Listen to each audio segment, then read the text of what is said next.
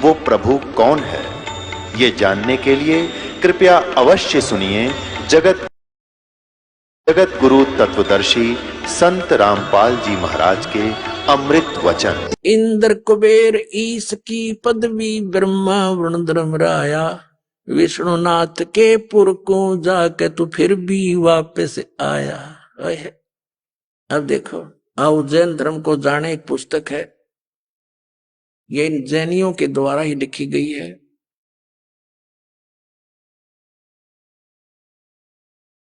प्रवीण चंद्र Jain M.A. Shastri इसके लेखक हैं। आओ जैन धर्म को जाने, ये है लिखेंगे प्रवीण चंद्र जैन M.A. शास्त्री, जम्बूदीप हस्तिनापुर। प्रकाशक है श्रीमती सुनीता जैन, जम्बूदीप हस्तिनापुर, मेरठ उत्तर प्रदेश में। मुद्रिक है ये Dhirendra Jain, new Rishabh offset printers, Meerut. अब इसके हम 293 से शुरू करेंगे। यहाँ 293 पृष्ठ है ये प्रश्न उत्तर लिखे हुए हैं। श्री महावीर भगवान के अन्य कौन कौन से नाम हैं? उत्तर दिया है अन्य 5 नाम हैं, वीर, अतिवीर, सम्मति, महावीर एवं वर्धमान। अब हम आगे आ जाएंगे 294 पृष्ठ पे। आओ जैन धर्म को जाने। महावीर भगवान के जीवन का कथन कहां से आरंभ होता है? उत्तर पूर्वा नामक भील की पर्याय से, यानी मारीची से पहले ये एक पूर्वा नामक भील था। पूर्वा भील कौन था? उसने क्या किया? पुष्कलावती देश की पुंडरी कीणी नगरी में भीलों का राजा था। उसने सागरसेन मुनिराज से मद मास मधु का त्याग व्रत लिया था, जिसे जीवन पर्यंत पालन किया। श्री महावीर भगवान का जीव पूर्वा भील की पर्याय से कहा गया? पूर्वा नामक भील के जीवन को पूरा करके कहा गया, पहले 100 धर्म स्वर्ग में 1 सागर की आयु वाला देव हुआ। फिर पहले स्वर्ग के बाद श्री महावीर भगवान का जीव किस पर्याय में गया? भरत चक्रवर्ती की रानी अनंतमती से मारीची नामक ज्येष्ठ पुत्र हुआ। अब देखो, ये मारीची भरत का पुत्र, राजा ऋषभदेव का पोता। तो आपको थोड़ा इतिहास और दिखाना पड़ेगा। ये एक पुस्तक है जैन संस्कृति कोश, जैन इतिहास संस्कृति कला एवं पुरातन, प्रथम खंड। लेखक हैं प्रोफेसर भागचंद्र जैन, भास्कर। जैन संस्कृति कोश, जैन इतिहास संस्कृत कला एवं पुरातन, प्रथम खंड। लेखक हैं भागचंद्र जैन, भास्कर। प्रकाशक हैं डॉक्टर भागचंद्र जैन, भास्कर। मानद निदेशक सन्मति प्राच्य शोध संस्थान, नो एक्सटेंशन एरिया 23 तुकाराम चाल, सदर नागपुर। ये और भी यहाँ, और ये प्राप्ति स्थान इनके यहाँ पर है।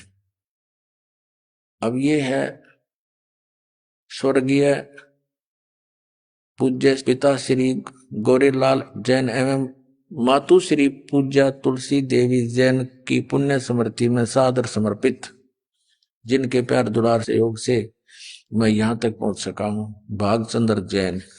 और इसकी कीमत देखो,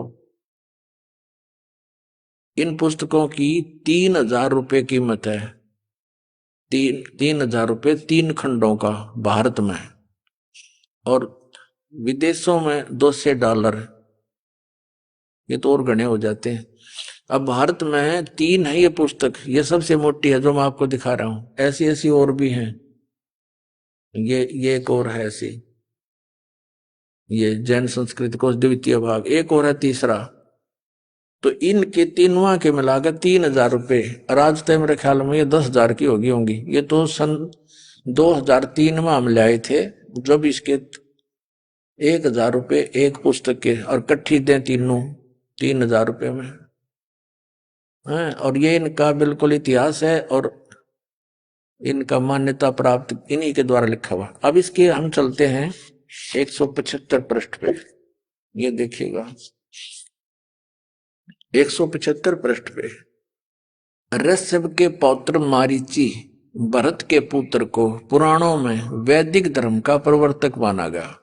ये मारीची जो है वैदिक धर्म का प्रवर्तक है, जिसको वैदिक धर्म के गुण गाए जाते हैं। ये मारीची उसका प्रवर्तक है, यानी उसका निर्माता है, उसका मुखिया है वैदिक धर्म का। अब देखो, और यही मारीची जैन परंपरा में आगे चलकर महावीर वर्धमान बना, महावीर जैन हो गया। यो ही आगे दिखाते आपको।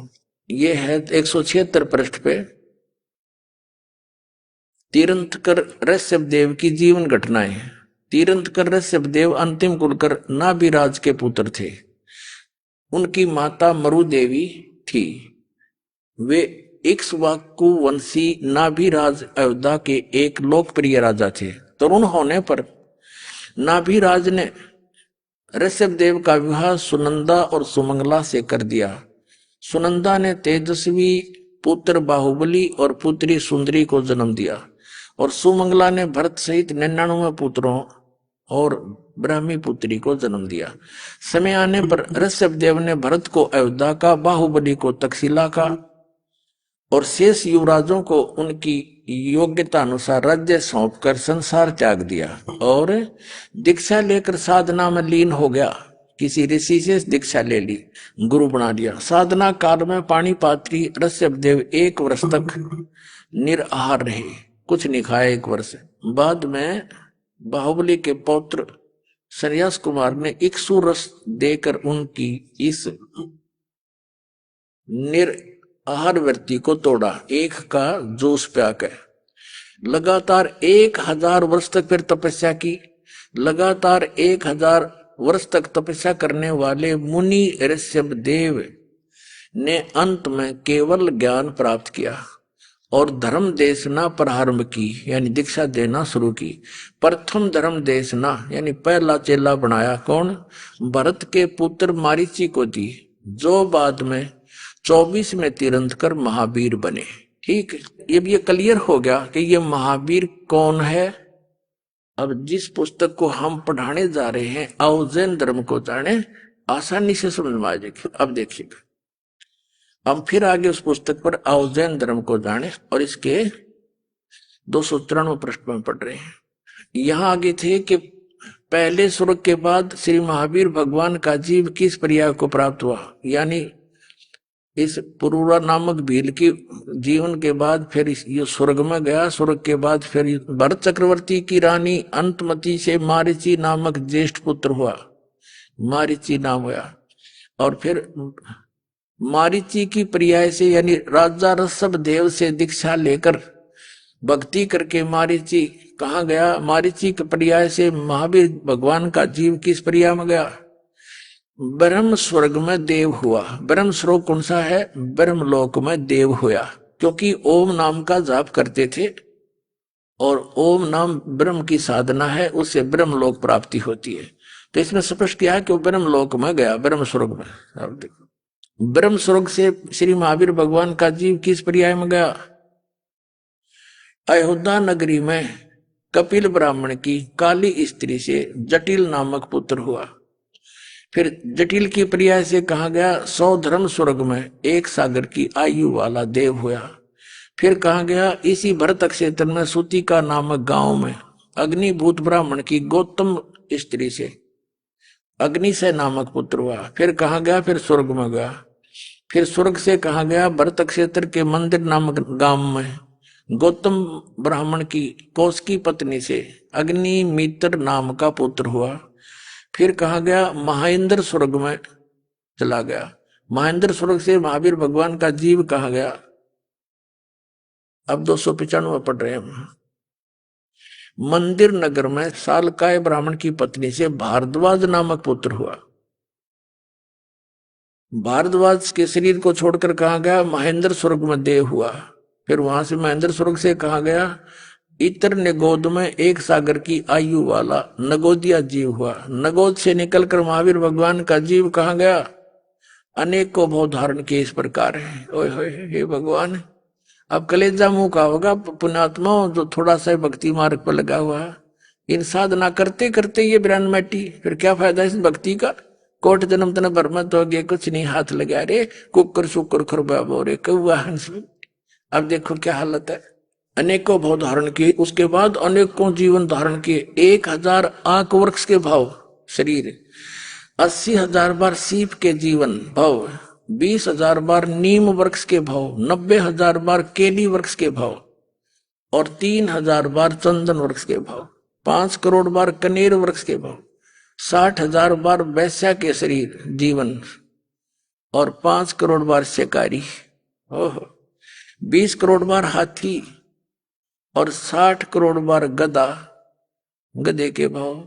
अपने आत्माओं, ये इतिहास उन्हीं का लिखा हुआ दिखा रहा दास, जिससे आपको दृढ़ होगा विश्वास कि सच्चाई ये जो की तो है, जो भगवान ने बताई थी कि जो साधना तुम कर रहे हो उससे ये दुर्गति तुम्हारी सदा बनी रहेगी, और जो साधना हम बताएंगे, जो परमात्मा ने बताई है, उससे ये सब झंझट मिटेगा।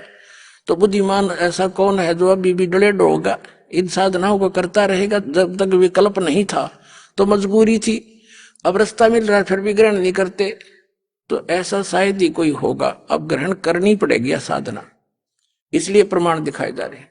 60 करोड़ बार गधा, गधे के भाव, और 30 करोड़ बार कुत्ता। हे भगवान, ये तो एक का बतेरा, इन दोनों में एक एक जीवन है। सारे पानी फिर जाए देवता वाले जीवना पे, बाढ़ में जाओ देवता पर, जब गधा बन के खड़ा हो, क्या देवता रह गया फिर, उसकी क्या इज्जत रहेगी, क्या सुख रहा उसको। तो अब दया होगी परमात्मा की आपके ऊपर। अब देखो 60 करोड़ बार गधे के भाव, 30 करोड़ बार कुत्ते के जीवन भाव, 60 करोड़ बार नपुंसक के जीवन हिजड़ा बनकर रहा, 20 करोड़ बार स्त्री के जीवन, 90 लाख बार धोबी, 8 करोड़ बार घोड़े के जीवन, और 20 करोड़ बार बिल्ली, 60 लाख बार गर्भपात से मरने। ओहो, माँ के पेट में मर गया, गर्भपात हो गया। ऐसे भी मनुष्य जीवन है जो गर्भपात होकर ही पूरे कर जाते हैं। अब आगे क्या बताते हैं देखो, और 80 लाख बार देव पर्याय को प्राप्त हुआ। केवल 80 लाख बार तो देवता बना, और बाकी 20 करोड़ बार बिल्ली, 60 करोड़ बार गर्भपात से मरण, और 60 करोड़ बार गधा, 30 करोड़ बार कुत्ता, 60 करोड़ बार नपुंसक, 20 करोड़ बार स्त्री, 90 लाख बार धोबी, 8 करोड़ बार घोड़ा, और 80 लाख बार देवता बन गया। चाट ले उस देवता के पद ने, तो कितना बन गया वो देवता बनकर, फिर गधा बना। बताया क्या प्रोसीजर हुआ है तेरा कि भाई। तो विकल्प नहीं था, परमात्मा ने दया करी, सतगुरु आए दया करी, ऐसे दीन दयाल, और बंदी छोड़ वृत्तास का जठ अग्नि परसपाल। या दया करी परमात्मा ने आकर हमारे पे। और आगे देखो अभी कौन सा पीछा छूट गया देखना। 80 लाख बार देव प्रयाग को प्राप्त हुआ। उपरोक्त भावों को प्राप्त करने के बाद महावीर भगवान ने किस पर्याय को प्राप्त हुआ? राजगृह नगर में सथावर नामक ब्राह्मण हुआ। सथावर ब्राह्मण से फिर महेंद्र स्वर्ग में 7 सागर की आयु वाला देव हुआ। महेंद्र स्वर्ग से कहा गया राजगृह में विश्वभूति राजा की जैनी रानी से विश्व नंदी नामक पुत्र हो गया। वहां से महाशुक्र स्वर्ग में देव हुआ। महाशुक्र स्वर्ग से कहा गया त्रिपृष्ठ नामक नारायण हुआ। त्रिपृष्ठ नारायण से फिर महावीर भगवान का जीव कहा गया 7वें नरक में गया, फिर नरक में डाला गया। 7वें नरक से महावीर भगवान का जीव कहा गया 296 पर सिंहगिरी पर्वत पर सिंह शेर हुआ, पुनः फिर प्रथम नरक में गया। नरक से निकलकर श्री महावीर भगवान का जीव कहा गया हिमवान पर्वत शिखर पर सिंह हुआ, वहां उसे एक अजिंत एवं अमित गुण नामक मुनिराज ने संबोधित किया। सिंह का जीव किस पर्याय में गया? सौधर्भ स्वर्ग में सिंह केतु नामक देव हुआ। ये सारा कुछ करता करता फिर यहां आ जाते हैं, हम थोड़ा सा शॉर्ट करते हैं। यह बता कि सहस्र स्वर्ग से महावीर भगवान का जीव कहाँ गया? जम्बू द्वीप के छतरपुर नगर में नंदीवर्धन नामक राजा की वीरमती रानी से नंद नामक पुत्र हुआ। नंद का जीव कहाँ गया? पुष्पोत्तर विमान में देव हुआ। और उसके बाद 24 में तीर्थंकर महावीर भगवान हुए। और श्री महावीर भगवान के जीव ने कितने पाखंड मत चलाए? 363 पाखंड मत चलाए। हाँ बताओ भाई। अब इसका निष्कर्ष निकालते हैं थोड़ा सा। राजा ऋषभ देव जी से दीक्षा लेकर के मारीची ने साधनाएं की, वो वेदों अनुसार साधना है और ब्रह्म तक की साधना है। ब्रह्म और परब्रह्म और ब्रह्मा विष्णु महेश अन्य इन तक की जो पूजाएं हैं, उनसे जैसा कर्म प्राणी करता है दोनों भोगने पड़ते हैं, उसमें कोई परिवर्तन नहीं हो सकता। राजा ऋषभ देव जी से दीक्षा लेकर के मारीची ने साधनाएं की, वो वेदों अनुसार साधना है और ब्रह्म तक की साधना है। ब्रह्म और परब्रह्म और ब्रह्मा विष्णु महेश अन्य इन तक की जो पूजाएं हैं, उनसे जैसा कर्म प्राणी करता है दोनों भोगने पड़ते हैं, उसमें कोई परिवर्तन नहीं हो सकता। तो जिस आधार से वो पुण्यात्मा पुण्यों के आधार से स्वर्गों में गया, देवता बना 80 लाख बार, और फिर गधा भी बना, कुत्ता भी बना, 60 करोड़ बार गधा, 30 करोड़ बार कुत्ता, रोते गिनती नहीं। ये दशा तो उस पुण्यात्मा की है जो शास्त्र अनुकूल साधना, वेदों अनुसार साधना कर रहा था। क्योंकि वेदों में कंप्लीट स्पिरिचुअल नॉलेज नहीं है। चारों वेदों का निष्कर्ष श्रीमद् भगवद गीता है। श्रीमद् भगवद गीता अध्याय नंबर 4 के श्लोक नंबर 32 और 34 में स्पष्ट किया है कि सच्चिदानंद घन ब्रह्म ने अपने मुख कमल से आकर जो ज्ञान दिया है, उसमें कंप्लीट स्पिरिचुअल नॉलेज है, संपूर्ण अध्यात्म ज्ञान है और वो तत्व ज्ञान है। चौथे अध्याय के 34वें श्लोक में कहा कि उस तत्व ज्ञान को तू तत्वदर्शी संतों से जाकर समझ। इससे सिद्ध है कि गीता ज्ञान दाता भी कंप्लीट ज्ञान नहीं बता पा रहा, उसने ऑप्शन छोड़ दिया है, तत्वदर्शी संतों से पूछो। ऐसे यजुर्वेद अध्याय नंबर 40 के मंत्र 10 से लेकर 13 में स्पष्ट किया है कि तत्वदर्शी संत ही परमात्मा की स्थिति को अच्छी तरह जानते हैं, उनसे सुनो।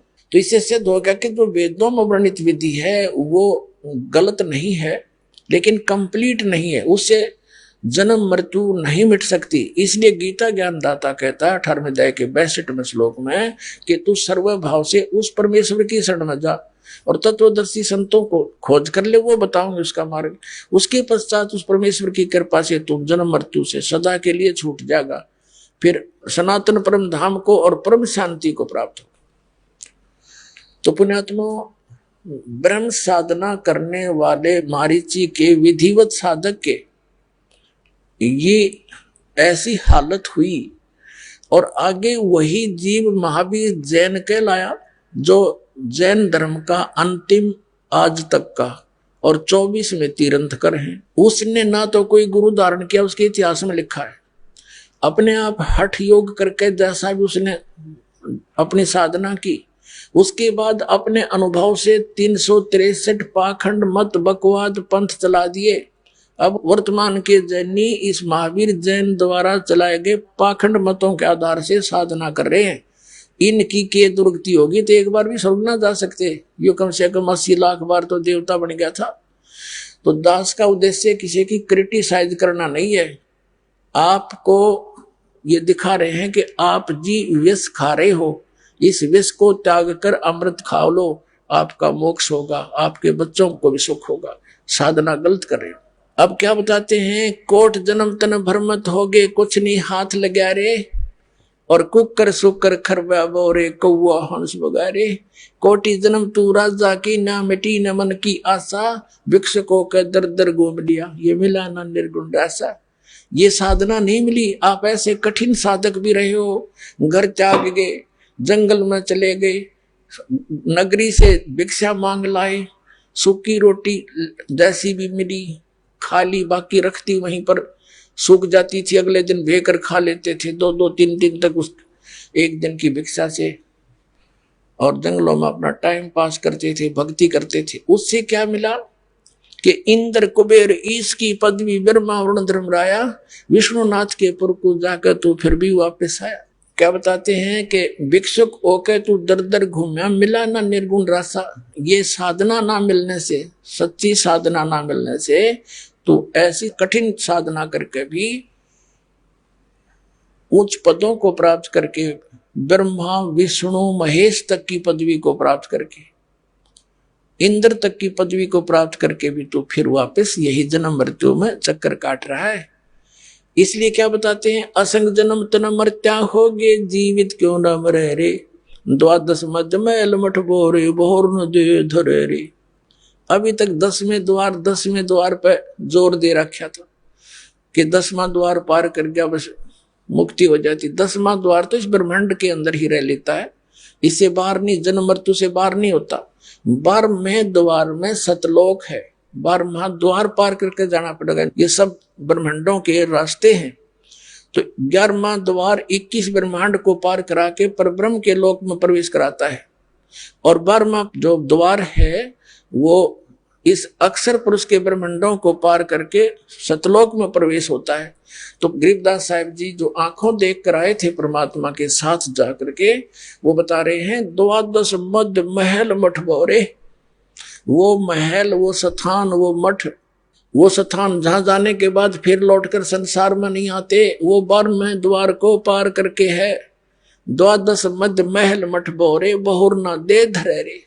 वहां जाकर फिर जन्म मृत्यु नहीं होती। फिर क्या बताते हैं,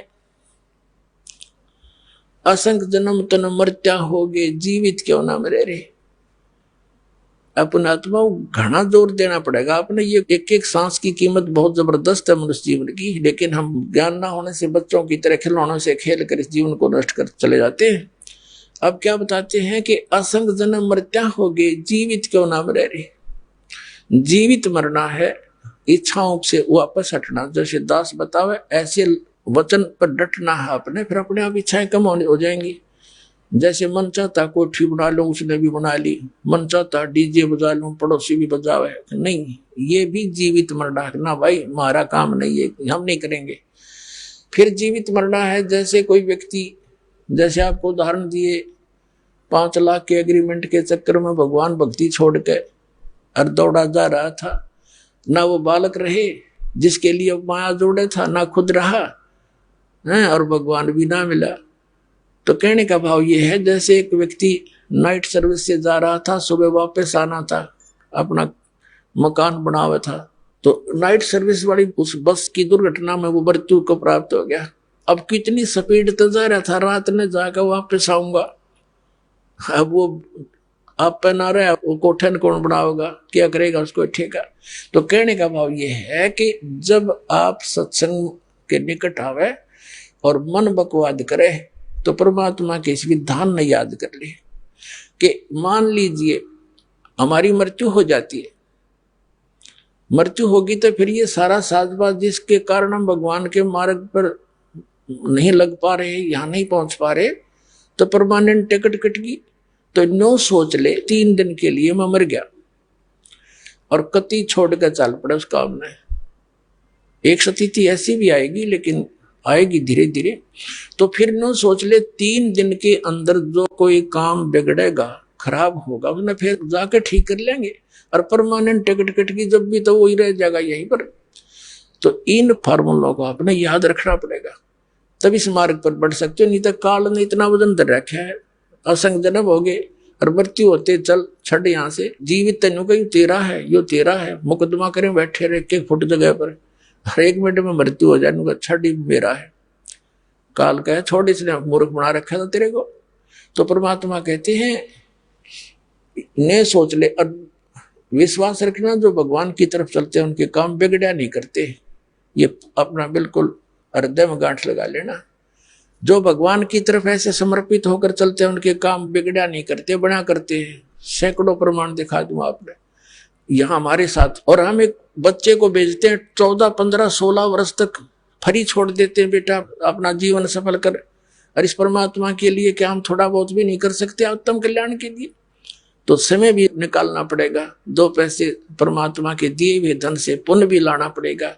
ये सभी क्रियाएं आपको यहाँ से पार करने में सहयोग देंगी। तो कहते हैं असंग जन्म तन मर्त्या होगे, जीवित क्यों ना मरे रे, और 12 मधुमल मठ बोरे, बहुर ना दे धरे रे। कहते हैं दोजक भिष्ट सभी तय देखे, राजपाट के रसिया। जैसे महावीर जैन जी का इतिहास आपने देखा, दोजक माने नरक, बिष्ट माने स्वर्ग। दोजक बहिष्ट सभी ते देखे, राजपाट के रसिया, और 3 लोक से तृप्त नाहि, यो मन भोगी खसिया। गरीबदास जी याद दिलाना चाहते हैं जो भगवान को देख कर आए थे, परमात्मा के साथ गए थे नानक साहिब जी की तरह। अब वो आंखों देखा सब परमात्मा का दिया हुआ ज्ञान और सब बता रहे हैं। क्या बताते हैं कि इस मन की इतनी गंदी वृत्ति है, यू काल का दूत है, तुमने चैन से रहने नहीं देता। जैसे कोई गांव का सरपंच बन जाता है तो उसकी नीयत रहती है चेयरमैन बनूं, और चेयरमैन बन जाता है तो ये सोचा एमएलए की टिकट मिले। एमएलए बनने के बाद इन्होंने सोचा मंत्री बनूं, जब बात बने। मंत्री बनने के बाद इन्होंने सोचा मुख्यमंत्री बनूं, जब चौधर पूरी हो। मंत्री बनकर नीति यह हो प्रधानमंत्री बनो, इतने इसकी टिकट कट ले, फिर गधा संतरी बना पाओ। अब परमात्मा कहते हैं 3 लोग से तृप्त नाही, यो मन भोगी खसिया। ये मूर्ख बना रहा तुम्हारे को जो काम करना था। कबीर साहब कहते हैं कबीरा सब जग निर्धना धनवंता ने कोए, धनवंता सो जानियो जिस पर राम नाम धन हो। तो राम नाम का धन इकट्ठा करो, आप भगवान के चरणों में जाओगे। फिर क्या बताते हैं कि सतगुरु मिले तो इच्छा मिटे। सतगुरु मिलेगा तो यहां से मन हटाओगा, आपकी इच्छाएं खत्म कर देगा। ये सत्कर मान लेना, आपको गलानी हो जाएगी यहाँ के इस बकवादों से। एक दिन ऐसी स्थिति आ जाएगी आपकी भी और आपके बच्चों की भी। और फिर भक्ति सफल होगी, स्पीड तो चलेगी, क्योंकि उस सुख को प्राप्त करने के लिए हमने यहाँ के सुख छोड़ने पड़ेंगे। क्योंकि स्टूडेंट यदि कॉलेज टाइम में, अपने स्टडी टाइम में और ये बकवादें करता है और भक्ति नहीं कर रहा है तो वो सदा दुखी होता है। तो आप स्टूडेंट हैं, आपने यहाँ की जो सुविधाएं बटोरने में जीवन नष्ट कर रहे हो, ये आप बालक हो, अपना जीवन नाश कर रहे हो। यहाँ के सुख से उल्टा हटना पड़ेगा और ये सच्चाई के साथ आपने माननी पड़ेगी ये बात। एक कहने से बाय ऑर्डर नहीं, इस ज्ञान से आपकी महात्मा हट जाएगी। इनसे देख लेना कुछ दिनों में। तो कहते हैं सतगुरु मिले तो इच्छा मिटे, और पद मिल पदे समाना, चल हंसा उस लोक पठाऊं जो आदि अमर अस्थाना। ओए है, अब सतगुरु मिलेगा तो इच्छा खत्म कर देगा आपकी। और पद मिल पदे समाना, अब देखो ये सूक्ष्म वेद है, गॉड गिवन, कबीर परमात्मा ने दिया गरीबदास साहिब जी के हृदय में, उन्होंने फिर हमारे लिए लिपिबद्ध करा दिया। ये सूक्ष्म वेद है, इसको समझना बालकों का काम नहीं है। इसमें कितने कोड वर्ड हैं। पद मिल पदे समाना, यहां पद के 2 अर्थ बनते हैं, 2 बार पद लिखा है। एक तो पद मिले, पद माने पद्धति, यानी पूजा की विधि अकॉर्डिंग टू शास्त्र मिले। सही भक्ति विधि सही मंत्र मिलेंगे, वो पद है, यानी वो पद्धति है। फिर पद मिल पदे समाना, कौन से पद में समाएंगे, कहां पहुंचेंगे। जैसे गीता अध्याय नंबर 15 के श्लोक नंबर 4 में कहा है कि उसके पश्चात तत्वदर्शी संत मिलने के पश्चात परमेश्वर के उस परम पद की खोज करनी चाहिए, जहां जाने के बाद साधक फिर कभी लौटकर संसार में नहीं आते। तो यहां लिखा है सतगुरु मिलेगा तो वो पद मिलेगा, सतगुरु मिले तो इच्छा मिटे, पद मिल पदे समाना, और चल हंसा उस लोक पठाऊं जो आदि अमर स्थाना, जो शाश्वत स्थान है, तुझे वहां भेज दूं। फिर कहते हैं 4 मुक्ति जहां चंपी करती, जैसे यहाँ की 4 मुक्तियां हैं, 4थी मुक्ति ब्रह्मलोक में चले जाते हैं। ब्रह्मलोक में गए हुए प्राणी फिर जन्म मृत्यु में, ये सथाई सुख रहा है ही नहीं हमारा। तो यहाँ कहते हैं ये 4 मुक्ति जहां तेरी चंपी करती, सदा तेरे चरणों में सुख रहेगा सतलोक में।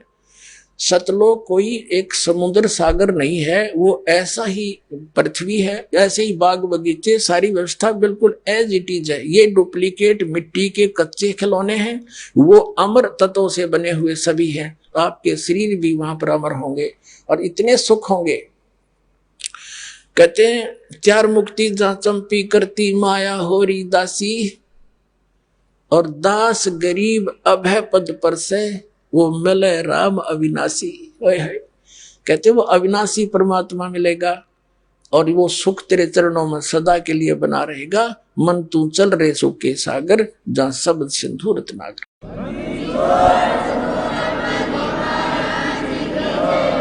पूर्ण ब्रह्म सारी सृष्टि के रचनहार कबीर देव जी, कबीर साहब, ये हम सभी आत्माओं के पिता हैं, ये जनक हैं हमारे। और अपने का दुख अपनों को ही होता है। अपने बच्चे जब कष्ट में होते हैं तो माता पिता की नींद भी हराम हो जाती है। तो पुण्यात्माओं, हमने एक बहुत भयंकर गलती करी थी, जिसके परिणाम स्वरूप हम यहाँ इस काल के जाल में ये पीड़ाएं सहन कर रहे हैं। हम अपने पिता से विमुख हो गए। जहां हमें सब सुविधाएं उपलब्ध थी, वहां ना वृद्ध अवस्था थी, ना मृत्यु होती थी। हमारा भरा पूरा परिवार था, सब सुविधाएं उपलब्ध थी। हम अपनी गलती के कारण इस काल भगवान के ऊपर आसक्त होकर इसके साथ यहां आ गए। और शेष बहुत से जो वहां आत्माएं अभी रह रही हैं, वो वहीं रह गए, वो इसके ऊपर आसक्त नहीं हुए। वहां हमें कोई दुख नहीं था, हमारी मृत्यु नहीं होती थी, किसी चीज का अभाव नहीं था। हम यहां आने के कारण इस काल के लोक में अनेक यातनाएं सह रहे हैं। पुण्यात्माओं, सौभाग्य आपका कि आपका इस समय मानव शरीर है। जिन पुण्यात्माओं को, जिन पुण्य प्राणियों को अब मानव शरीर मिलेगा, धन्य है उनके पिछले पुण्य कर्मों को, और धन्य है उनके माता पिता को जिनसे जन्म हुआ। क्योंकि अब वो समय है कि हम अपने उस स्थान को फिर से प्राप्त कर सकते हैं जहां से हम बिछुड़ कर आए थे। जो सुख हमें सतलोक के अंदर था, उस अविनाशी शाश्वत स्थान के अंदर था, उस सुख की आत्मा को अभी भी याद है और उस सुख को खोज रहा है ये प्राणी इस काल के लोक में। चीनी की बोरी का कीड़ा और नमक की बोरी में चढ़ जाए, उसके किसी कोने में वो घूमता रहे, उसको वो टेस्ट नहीं आ सकता। कलर एक जैसा है, बोरी एक जैसी है, ठीक इसी प्रकार हम उस चीनी की बोरी को छोड़कर इस नमक की बोरी में चढ़ गए और यहां हम उस चीनी वाला सुख खोज रहे हैं इस काल के 21 ब्रह्मांड रूपी नमक की बोरी में। ये कभी नहीं हो सकता, या है ही नहीं, वो वस्तु ही नहीं है, तो मिलेगा कैसे, सुख होगा कहां। हमने फिर इस झूठे सुख को ही सुख मान लिया। परमात्मा कहते हैं, झूठे सुख को सुख कहे ये मान रहा मनमोद, ये सकल चबीना काल का कुछ मुख में कुछ गुप्त। जब से हम इस काल के साथ यहाँ आए हैं, यहाँ आते ही हमारी यातनाएं इसने प्रारंभ कर दी और उसी दिन से इसने हमारे को भगवान बुला दिया। हमारे ऊपर अपनी त्रिगुणमयी माया का एक विशेष नशा कर दिया, जिस कारण से हम कति भूल गए हम कौन हैं, कहां से आए हैं, हम क्यों यहाँ जन्मते और मरते हैं, क्यों हमारे ये कष्ट होते हैं। किसी को कैंसर हो गया, किसी को अन्य रोग है, या कोई अन्य कारणों से टेंशन लिए फिर रहा है।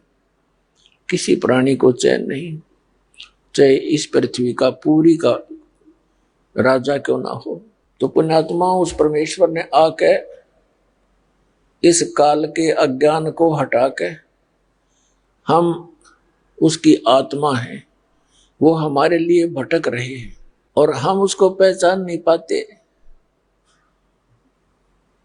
क्योंकि काल ने, इस सरपुरुष ने, 21 ब्रह्मांड के स्वामी ने, ब्रह्मा विष्णु महेश के पिता ने हमारे को गलत ज्ञान से रंग दिया। अपने नकली संदेशवाहक गुरु मंडलेश्वर भेज के और परमात्मा को निराकार सिद्ध करवा दिया। जब परमेश्वर यहां आते हैं वो स्वयं भी आकर बताते हैं कि हम ही अलख अलाह हैं, कुतुब गोस और पीर, गरीब दास खालिक धनी, हमारा नाम कबीर। वो स्वयं कहते हैं कि मैं सारी सृष्टि का रचनहार हूं और मेरा नाम कबीर है। लेकिन हम अपने उस अज्ञान विधान के अनुसार परमात्मा को रिजेक्ट कर देते हैं कि परमात्मा तो निराकार है। हम विष्णु जी की पूजा करते थे, उनकी मूर्ति रखते थे, फिर भी जब डिस्कस आपस में होती थी भक्तों की इस नाम दीक्षा और इस ज्ञान से पहले, तो फिर पूछते थे भगवान कैसा है? भगवान तो निराकार है। समाधि लाकर उसके प्रकाश देखा जाता है। हमारी बुद्धि का कोई ठिकाना नहीं था, कोई सतर नहीं था हमारे ज्ञान का। तो ऐसे हम भ्रमित थे, जिस कारण से हम परमात्मा को साकार रूप में पूजते हुए भी हम इतने बालक बुद्धि के थे, फिर भी भगवान को निराकार और केवल प्रकाश ही स्वीकार करके बैठे हुए थे। उस परमेश्वर ने आकर के अपना यथार्थ ज्ञान और सृष्टि रचना की कहानी सारी सुनाई, अमर कथा। फिर कुछ पुण्यात्माओं को वो साथ लेकर के सतलोक गए, अपने निज स्थान पर जहां हम पहले रहा करते थे। उनमें से कौन कौन है वो दृढ़ भक्त, कौन कौन सी है वो पुण्यात्माएं जो दास के नॉलेज में है। आदरणीय धर्मदास साहिब जी बांधवगढ़ वाले, ये एक सेठ थे, बहुत बड़े धनी पुरुष थे। भगवान की चाह में जैसा भी गुरु मिला हुआ था और पवित्र हिंदू धर्म में जन्म था, जैसे भी उन गुरुओं ने रंग में रंग रखा था, उसी आधार से वे पूजाएं करते हुए तीर्थों पर भटक रहे थे। मथुरा के अंदर परमात्मा एक जिंदा रूप धारण करके, एक मुसलमानों के अंदर जिंदा महात्मा होते हैं, एक काला सा ओवर कोट पहनते हैं ओनली, जिसको चोगा बोल रहे हैं, एक घुटनों तक का कच्चा अंडरवियर, सिर पे काला टोप चोटी से वाला, ऐसी वेशभूषा वाले को जिंदा महात्मा कहते हैं। तब धर्मदास जी को मिले, उनको बहुत ज्ञान समझाया, लेकिन हम इस अज्ञान के आधार से इतने दृढ़ होकर बैठ जाते हैं। परमात्मा से कहा कि आप कौन हो? तब परमेश्वर ने कहा कि मैं परमात्मा हूं जिसकी तुम्हें तलाश है। तब धर्मदास जी ने कहा कि आप तो साकार दिखाई दे रहे हो, परमात्मा तो निराकार है। तब परमेश्वर ने कहा कि आप विष्णु जी की पूजा और ये मूर्ति किस लिए लिए हुए हो? ये विष्णु जी क्या है? तब धर्मदास जी ने कहा कि विष्णु हमारे भगवान हैं। तो क्या विष्णु जी साकार हैं या निराकार? कि विष्णु जी तो साकार हैं, फिर परमात्मा कैसा है? कि परमात्मा तो निराकार है। परमात्मा ने कहा फिर विष्णु जी क्या है जो परमात्मा निराकार है? तो नो आंसर, फिर मौन धारण कर लिया। तब परमेश्वर ने कहा कि मैं विधेयी हूं भाई। अब धर्मदास के यह गले उतरे नहीं कि आपका दीख देही तुम कहो विधेयी। तब परमात्मा ने कहा धर्मदास देख, मेरे हाथ लगा के देख, जो तुम्हारा शरीर है ना, ऐसा नहीं है मेरा शरीर। मेरा हार्ड चाम का पुतला नहीं है, मेरी अमर काया है। इसमें नाड़ी आदि का जोड़ जुगाड़ नहीं है, हार्ड मांस नहीं है। अब धर्मदास ने देखा रुई जैसा शरीर मालिक का ऐसे, फिर भी गले बात नहीं उतरी। कहने का भाव ये है कि परमात्मा ने कई बार झटके वटके देकर अंतर ध्यान हो गए परमात्मा सामने से। तब धर्मदास जी के एकदम झटका सा लग गया कि सचमुच ये तो परमात्मा ही थे। फिर परमात्मा उस प्यारी आत्मा को सतलोक लेकर गए। जब सतलोक में जाकर देखा, वही जिंदा वाला रूप ही उस अनंत कोट ब्रह्मांड के संचालक के रूप में सिंहासन पर विराजमान है। सिर पे मुकुट है और तेजों में शरीर है, ऊपर छत्र है, बहुत बड़ा गुम्बद है। सतलोक एक पृथ्वी है सफेद कलर की, उसका तेज बहुत घना है, बहुत नूरी है और वहां सब व्यवस्था है। बाग बगीचे हैं, सदाबहार वृक्ष हैं, झरने बह रहे हैं, प्रत्येक पदार्थ अमर है। जैसे उस सतलोक का एक सैंपल है यहाँ पर, जो गंगा दरिया का जल है, ये सतलोक से आया हुआ है। परमात्मा ने अपने एक मटेरियल की, वहां के पदार्थ की एक पहचान बताने के लिए ये सतलोक से भेज रखी है।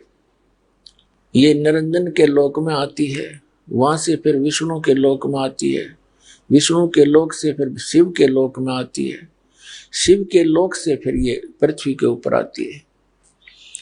इसके आने का तरीका जैसे समुद्र से वाष्प उठती है, बादल रूप धारण कर लेती है, अरबों टन पानी ऊपर घूम रहा है बगैर किसी सपोर्ट के, और जहां चाहे परमात्मा उसका पानी बनाकर वर्षा कर देता है। ऐसे ही वहां से सतलोक से नीचे आई, उसका प्रारूप बदल कर परमात्मा ने वहां प्रकट की। वहां शिवलोक में, विष्णुलोक में ये गंगा एज इट इज ही है। उसके बाद फिर उसको फिर दूसरा प्रारूप बदल के और यहाँ गौमुख के पास उस बर्फ के अंदर कन्वर्ट कर दी मालिक ने। वहां से ये पानी बनकर नीचे आ रहा है और ऊपर से वो लगातार आ रही है। तो इस जल को आप कितने दिन कहीं रख लो, किन्हीं परिस्थितियों में ये खराब नहीं होता। ऐसे वहां दूधों की नदी बहती है, वहां पर सदाबहार वृक्ष है, ऐसे अमृत जल है वहां का। क्योंकि वहां से चलकर यहां तक आने में इस काल के 21 ब्रह्मांड में इतनी बदबू उठ रही है। जब हम सतलोक से वापस यहाँ आते हैं तो इसके अंदर आते ही आभास होता है कि बहुत गलत ठिकाना है। गरीबदास साहिब जी कहते हैं कि 100 योजन पर जाती है यह दुनिया की दुर्गंध। 100 योजन, 1 योजन 4 कोस का, 1 कोस 3 किलोमीटर का, तो समझो 300 किलोमीटर तक इस पृथ्वी की दुर्गंध वहां तक जाती है, बदबू। और जिस लोक में हम बड़ा खुश होकर रह रहे हैं, तो इसके अंदर से आकर के फिर भी मलिनता आ ही जाती है थोड़ी बहुत। उसके बावजूद भी इतना निर्मल जल है और परमात्मा के यथा स्थान पर तो इसका कहना ही क्या। तो पुण्यात्मा, परमात्मा ने 600 वर्ष पहले अपनी प्यारी आत्मा धर्मदास जी को सतलोक दिखाया और वहां सतलोक के अंदर परमात्मा को देखा। करोड़ सूर्य मिला दे, करोड़ चंद्रमा, इतने एक रोमकूप की शोभा। जब धर्मदास को नीचे यकीन हुआ नहीं, ऊपर देखा उस सतलोक के सिंहासन पर, फिर वापस फिर आया, नीचे आकर परमात्मा को देखा तो कहा, हे भगवान, मैं आपके साथ वाद विवाद करके बहुत शर्मिंदा हूं। आप तो सचमुच भगवान हैं, आप तो वास्तव में परमात्मा हैं। लेकिन आपका जो वहां शोभा है, वो शोभा युक्त आपका शरीर यहां नहीं है। इसका कारण क्या है? तो परमेश्वर ने कहा था कि एज इट इज यदि मैं जो का तुम उसी तेजों में शरीर से यहां प्रकट हो जाऊं तो तुम्हें कुछ दिखाई दे नहीं, सबकी आंखें बंद हो जाए, जैसे उल्लू सूर्य नहीं देख सकता। इतना तेज तुम्हारी चरम दृष्टि सहन नहीं कर सकती। इसलिए मैं अपना हल्का तेज रूप बनाकर, रूप को सरल करके नीचे आता हूं और उसी रूप में आ जाऊं, उसी शोभा में, तो ये काल निरंजन को हार्ट अटैक हो जावे, ये बेहोश हो जा, तो ये हमारा नियम भंग हो जाता है। क्योंकि इसने तप करके ये राज्य लिया हुआ है और तुम अपनी गलती से, सब इच्छा से यहां आई हुई। अब मैं तुम्हें उस स्थान की प्राप्ति, उस सुख को पुनः प्राप्त कराने की एक विधि बताऊंगा। मैं जोर जबरदस्ती बलात् तुम्हें नहीं ले जा सकता, बलपूर्वक नहीं ले जा सकता। मैं विधि बताऊंगा, उस विधि से तुम साधना करना और आस्था पूरी करना हमारे ऊपर, तब तुम सतलोक जा सकोगे। तो उन पुण्यात्माओं को जिनको मालिक ने अपना गवाह बनाया, उनको सतलोक ले गई। धर्मदास जी ने फिर कहा, भगवान मुझे यहीं रख लो, मुझे वापस ना भेजो, वो तो बहुत गंदा लोक है। तो परमात्मा ने कहा, ऐसे नहीं रखा जा सकता। आप यहां से जब गए भक्ति युक्त थे, तुम परिपूर्ण थे भक्ति से। अब तुम्हारी भक्ति, तुम्हारी जो शक्ति वो बिल्कुल खत्म हो चुकी है और तुम्हारे ऊपर काल का बहुत घना ऋण है। ऐसा मंत्र मैं तुम्हें बताऊंगा धर्मदास, सतनाम का, उसकी साधना करना, भक्ति करना। बहुत शीघ्र तुम उसी तरह चार्ज हो जाओगे और जब शरीर छोड़कर आओगे बच्चा, तुम मेरे पास आ जाओगे और कोई तरीका नहीं है। और जाओ मेरे ज्ञान का प्रचार करो, आंखों देखे गवाह रूप में तुम अपने प्यारे भाई बहनों को, इस यथा स्थान को जो देखा है तूने, और सत सत बता दे। धर्मदास जी ने फिर डंडोरा पीटना शुरू कर दिया, जगह जगह जाके परमात्मा के गुण गाने लगे। लेकिन काल के दूत पग पग पर बैठे हैं, उन्होंने परमात्मा के इस ज्ञान को हम तक आने नहीं दिया। उसी समय में आदरणीय नानक साहिब जी को परमात्मा मिले। ऋग्वेद मंडल नंबर 9 सूक्त नंबर 86 मंत्र नंबर 26 और 27 में, ऋग्वेद मंडल नंबर 9 सूक्त 82, 82 के मंत्र 1, 2, 3 में, ऋग्वेद मंडल नंबर 9 सूक्त 96 96 के मंत्र 16 से 20 में, ऋग्वेद मंडल नंबर 9 सूक्त 20 मंत्र 1 में, ऋग्वेद मंडल नंबर 9 सूक्त 94 के 94 के मंत्र 1 में, ऋग्वेद मंडल नंबर 9 सूक्त 95 के मंत्र 2 में, 95 के 2 में, और भी अनेकों स्थानों पर यह प्रमाण है कि वो कबीर देव, वो परम अक्षर ब्रह्म सतलोक में रहता है ऊपर, और वहां से वो गति करके आता है, चल के आता है सह शरीर। अच्छी आत्माओं को मिलता है जो दृढ़ भक्त होते हैं, उनको उपदेश देता है, ज्ञान सुनाता है। वो अपने शरीर को, अपने रूप को सरल करके आता है, तत्व ज्ञान से परिचित कराता है। तो उसी अपनी लीला आधार से परमात्मा आदरणीय नानक साहिब जी को मिले थे। जिसमें नानक साहिब जी सुल्तानपुर के अंदर एक नवाब के यहाँ नौकरी किया करते थे, और प्रतिदिन वो बेई नदी में स्नान करने के लिए जाया करते थे। वहाँ घाट बना हुआ था, सुल्तानपुर नगर के साथ ही, शहर के साथ ही वो बेई नदी बह रही है। एक दिन परमात्मा नानक साहिब जी को मिले और उनसे डिस्कस हुई, प्रार्थना की कि मैं भक्त हूँ और आपके विषय मुझे बहुत कुछ सुना है कि आप बड़े महान आत्मा हो, मुझे कुछ ज्ञान मार्ग बताओ। तो नानक साहिब जी ब्रजलाल पांडे से गीता पढ़ा करते थे, और उस ब्राह्मण ने, गुरु ने श्री विष्णु जी को सुप्रीम पावर, जैसा कि हिंदू समाज के अंदर एक लोक वेद फैला हुआ है, तो उन्होंने बताया कि विष्णु जी सर्वेश्वर हैं, ये अजरो अमर हैं, सर्वशक्तिमान हैं, इनके कोई माता पिता नहीं है। तो ऐसे काफी डिस्कस हुई, जैसे धर्मदास साहिब जी के साथ हुई थी, ऐसे ही नानक साहिब जी के साथ हुई। तो परमात्मा ने 3-4 प्रश्न किए थे। परमात्मा ने नानक साहिब जी से पूछा था कि गीता जी का ज्ञान किसने बोला? कि श्री कृष्ण जी ने। श्री कृष्ण जी कौन है? कि ये विष्णु के ही अवतार है। श्री नानक साहिब जी का उत्तर था।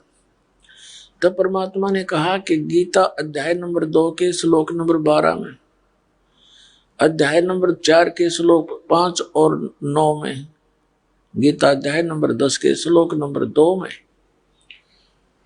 आप मानते हो कि श्री कृष्ण यानी विष्णु जी ने ये गीता ज्ञान दिया? तो ये खुद कह रहे हैं मेरे तो अर्जुन जन्म और मृत्यु होते हैं, तू नहीं जानता मुझे ज्ञान है। तो ये अविनाशी कैसे हुए? अब नानक साहब जी चुप हो गए। तब परमात्मा ने कहा कि गीता ज्ञान दाता अध्याय नंबर 15 के श्लोक नंबर 4 में कहता है कि तत्वदर्शी संत की प्राप्ति के उपरांत परमेश्वर के उस परम पद की खोज करनी चाहिए जहां जाने के बाद साधक फिर लौटकर संसार में नहीं आते। आइए अब हम उन श्रद्धालुओं के अनुभव जानते हैं जो जगत गुरु तत्वदर्शी संत रामपाल जी महाराज जी से दीक्षा प्राप्त कर चुके हैं तथा उनके द्वारा बताए गए भक्ति मार्ग पर चल रहे हैं। जी नमस्कार। नमस्कार। क्या नाम है जी आपका? मीरा साहू। मीरा जी, कहाँ से आए आप? छिंदवाड़ा MP। संत रामपाल जी महाराज की शरण में आने से पहले आप क्या भक्ति साधना करते थे? ब्रह्मा विष्णु महेश दुर्गा जी और आन देवता की घर की पूजा पाठ करते थे, कुल देवी की पूजा करते थे। जब आप हिंदू धर्म की पारंपरिक पूजाएं कर ही रहे थे तो संत रामपाल जी महाराज की शरण में क्यों आए? ये दिक्कत आए सर जी कि हमको अल्सर हो गया था और बच्चादानी में थोड़ी सी गठान आ गई थी। तो अब हम डॉक्टर भी दिखाते थे, वैद्य भी करते थे और पढ़ियार पुनकार भी करते थे, तो कोई इस चीज़ का आराम नहीं मिला। तो हम एक दिन जा रहे थे झांसी इलाज करवाने, तो हमको एक संत रामपाल जी के दास मिले, तो उनने संध्या आरती लगाई। तो संध्या आरती लगाई तो बोलने लग गए कि माई थोड़ा सा खसक जाओ। तो हमने खसक गए। तो हम तो 3 महीना हो गए थे सर, खाना नहीं खाते थे। 3 महीना में हम खाना खाते ही नहीं थे, सिर्फ इतनी सी दलिया पीते थे और पानी पीते थे। और तरबूज होता ना, तरबूज, तो तरबूज खाते थे, उसमें से लाल लाल निकाल के थोड़ा थोड़ा।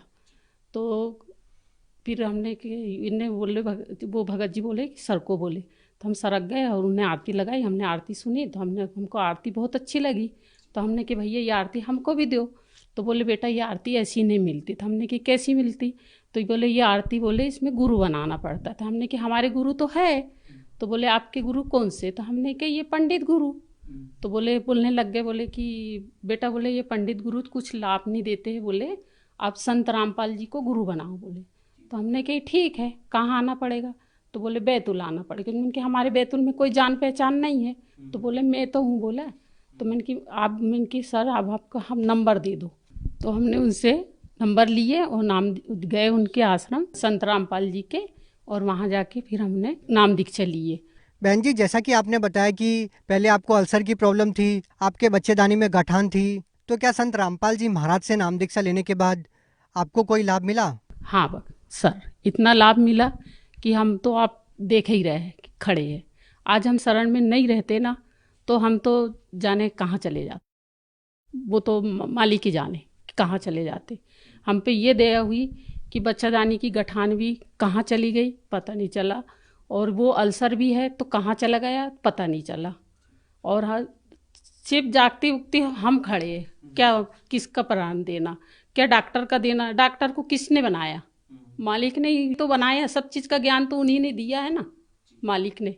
हाँ देखिए बहन जी, आपने संत रामपाल जी महाराज को भगवान बताया। हम आपसे ये कहना चाहते हैं कि अगर आप इस बीमारी को लेके किसी अच्छे हॉस्पिटल में किसी बड़े डॉक्टर को दिखाते तब भी आपकी ये बीमारियां ठीक हो सकती थी। देखो भगवान इसलिए है कि हमको उनने बच्चादानी में लाभ दिए।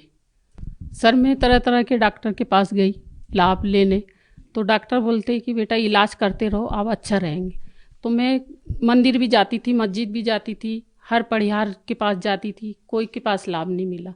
तो हमको ऐसे संत रामपाल जी मिले कि हमने उनसे नाम दीक्षा लेने के लिए हमको सब कुछ का लाभ मिला।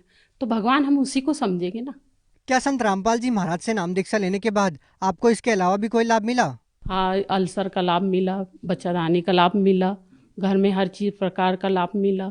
और ये मैं आने घर में इतना वो कंसर्ट आता था भगत सर कि खाने को दाना नहीं रहता था, खाने को दाना नहीं रहता था, पास में 1 रुपया नहीं रहते थे। ऐसी समस्या आती थी कि कभी कभी हमारे बच्चे भूखे सो जाते थे, भूखे सो जाते थे। कहाँ से लाते? रिश्तेदार कोई मदद नहीं देते थे, किसके पास जाएंगे? तो हमको तो ऐसा परमात्मा मिला मालिक कि आज हमारे घर में 2-2 बोरा गल्ला है। मालिक की दया से खाए नहीं जाता मालिक, आज तो सिर्फ कितनी 2 रोटी की भूख रहती है आप, 2 रोटी की, हर चीज का, पैसे का, दाना का, शरीर का लाभ, हर चीज का। आज जिसकी 4 बेटी है वो कैसे रहती है, उसके माँ बाप कैसे रहते। लेकिन आज हम संत रामपाल के दया से 4 बेटी वाले ऐसे खाते और ऐसे सोते हैं और ऐसे परमात्मा की भक्ति करे संत रामपाल जी की, कि मालिक से बहुत भरपूर रहते हैं। सर किसी के 4-4 बेटी, या तो आज के टाइम में तो एक बेटी भी बयाना मुश्किल लिखता है। जिसकी 4 बेटी रहती थी तो वो क्या करता था, उसका तो खाना हराम हो जाता था। लेकिन आज मेरी 4 बेटी है। एक बेटी की मैंने शादी कर चुकी थी, तो उससे बड़ी बेटी की हमने तो शादी की है, दूसरी बेटी की रमेणी की है।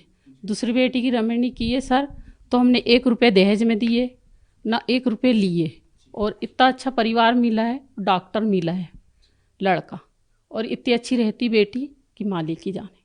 और कोई लाभ? जी बेटी का है भी 4 महीना का उनको बच्चा है, तो ये सर उल्टा बच्चा बता दिए थे, ये वाला उल्टा, ये सीधा। संत रामपाल जी के ऐसी दया हुई कि पल में सीधा हो गया। बहन जी, जैसा कि आपने बताया कि आपकी जो बेटी है उसका गर्भ उल्टा हो गया था और संत रामपाल जी महाराज ने 1 ही सेकंड में उसको ठीक कर दिया, तो हम आपसे ये जानना चाहेंगे कि किसी संत के आशीर्वाद से या मंत्रों के जाप से इस तरह के लाभ का होना, ये आप लोगों को कैसे विश्वास दिलाएंगे? क्यों नहीं करेंगे, संत रामपाल जी के शरण में जाओ, क्यों नहीं। जैसी मेरी बच्ची का हुआ लाभ वैसे आपको भी होएगा। आप तो मैं उनको दिखा रही हूँ ना, प्रमाण दिखा रही हूँ, रिपोर्ट दिखा रही हूँ डॉक्टर के साथ। और फिर डॉक्टर ने तो दिए गए लिए है, बाद में करे है। जब मेरी बेटी ने प्रणाम करी, मैंने कही बेटा प्रणाम कर वहाँ मालिक से और संत रामपाल जी से, वो चढ़ना मत ले। उनने जैसी चढ़ना मत ली, जैसी प्रणाम करी वैसी उनका बच्चा सीधा हो गया। ये तो बाद में बताए है डॉक्टर ने कि भाई ये उल्टा हुई है, उसके बाद ये चेकअप हुआ, उसके बाद में उल्टा हुई, सीधा उल्टा हुई है। ये तो अपन को बाद में दिखा है, लेकिन संत रामपाल जी ने पहले ही तो सीधा कर दी है ना मालिक ने। आपको संत रामपाल जी महाराज से नाम दीक्षा लेने के बाद बहुत सारे लाभ मिले हैं, तो हम आपसे ये जानना चाहेंगे कि आप भगत समाज को क्या संदेश देना चाहते हैं? भगत समाज को यही समय दे दूँगी भगत जी। संदेश तो मेरा काबू नहीं है देने का, लेकिन आप उनके शरण में आओ और जैसा मेरे को लाभ मिला है वैसे आपको मिलेगा। बहन जी, संत रामपाल जी महाराज के बारे में ये कहा जाता है कि वो देव देवताओं की भक्ति छुड़वाते हैं, क्या कहना चाहेंगे इसके बारे में? संत रामपाल जी वो तो एक विधि बताते हैं। जैसे किसी का अपन लेते देते हैं तो उसका कर्ज चुकाना है अपन को। कर्ज कैसे चुकाना है, किसी से अपन ने बहुत भारी कर्ज लिया है तो उसका कर्ज अपन को चुकाना है। तो जैसे अपन यहाँ पृथ्वी में खा रहे हैं तो उसका कर्ज अपन को चुकाना है। वो कर्ज लेके अपन कहाँ जाएंगे? संत रामपाल जी महाराज जी सही साधना के साथ भक्ति करने को कहते हैं। जो व्यक्ति संत रामपाल जी महाराज से नाम दीक्षा लेना चाहता है वो नाम दीक्षा कैसे ले पाएगा? संत रामपाल जी महाराज के सत्संग आते हैं बहुत से चैनल में, उससे आप देख के नाम लेके भक्ति करो। जी धन्यवाद। सत्साई।